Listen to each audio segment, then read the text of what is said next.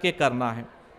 دوسری ہدایت اسی کے اندر یہ ہے کہ جو ہم سلیپر چپل کا استعمال کرتے ہیں، اب سلیپر چپل کا استعمال ہمارے پاس میں بہت کم ہوتا کیونکہ ہم لوگ پیدل چلتے ہی نہیں ہیں، نئی سلیپر چپل لے لیتے اور بولتے کہ بھائی ہم حج کے ایام میں ہی اس کا استعمال کریں گے۔ اگر آپ نے وہ چپل ویسے ہی رکھی تو وہاں جانے کے بعد میں وہ اس کو کاٹنا شروع کر دیتی ہے چپل کو، تو اس کے لیے آپ ان کو یہ بتائیے کہ آپ پیدل چلنے کی مشق کیجئے اور اپنی چپل کو بھی پیدل چلنے کی مشق کرائیے۔ یہ پہلی ہدایت آپ نے دی۔ دوسری ہدایت میری یہ ہے کہ نماز کا طریقہ سیکھ کے جائیے۔ جیسے کہ آپ نے صبح میں سنا کہ وہاں کی ایک نیکی 1,00,000 کے برابر ہے۔ اگر آپ یہاں کوئی ایک نیکی کا عمل کرتے ہیں تو اس کا بدلہ 1 کا 1 ملتا ہے، لیکن حرم شریف میں اس کا بدلہ 1,00,000 ہو جاتا ہے۔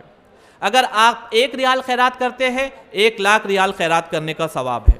تو اسی طریقے سے آپ کو آپ کی نمازیں درست کر کے جانا ضروری ہے۔ یہ اجر کب ملے گا آپ کو؟ جب آپ کی نمازیں درست ہو۔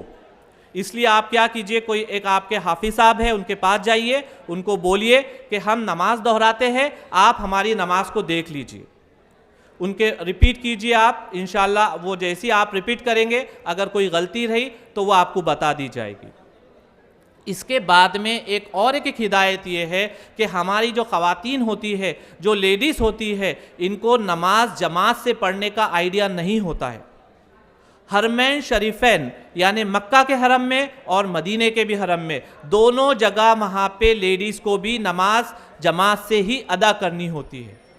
تو یہ آپ لوگوں کی ذمہ داری ہے کہ ان کے جو نماز کے کنسپٹس ہے اس کو کلیئر کر لیجیے۔ 1 رکعت پڑھے چھوٹ گئی تو کیسے ملائیں گے، 2 رکعت چھوٹ گئی تو کیسے ملائیں گے، 3 رکعت چھوٹ گئی تو کیسے ملائیں گے، یہ آپ کو ان کو اچھی طریقے سے سمجھانا ہے۔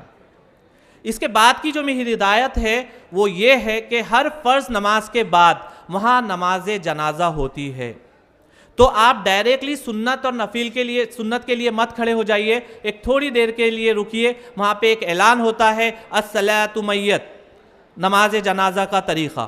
تو یہ نماز جنازہ کا طریقہ ہم لوگ بھی، ہمارے کوئی رشتہ دار ہوتے ہیں کبھی کبھار جاتے ہیں تو آپ لوگ بھی اس کو دہرا لیجئے، اور یہاں پہ لیڈیز کا تو سوال ہی پیدا نہیں ہوتا، اس لیے لیڈیز کو بھی نماز جنازہ کا پورا مکمل طریقہ آپ لوگ بتا دیجئے۔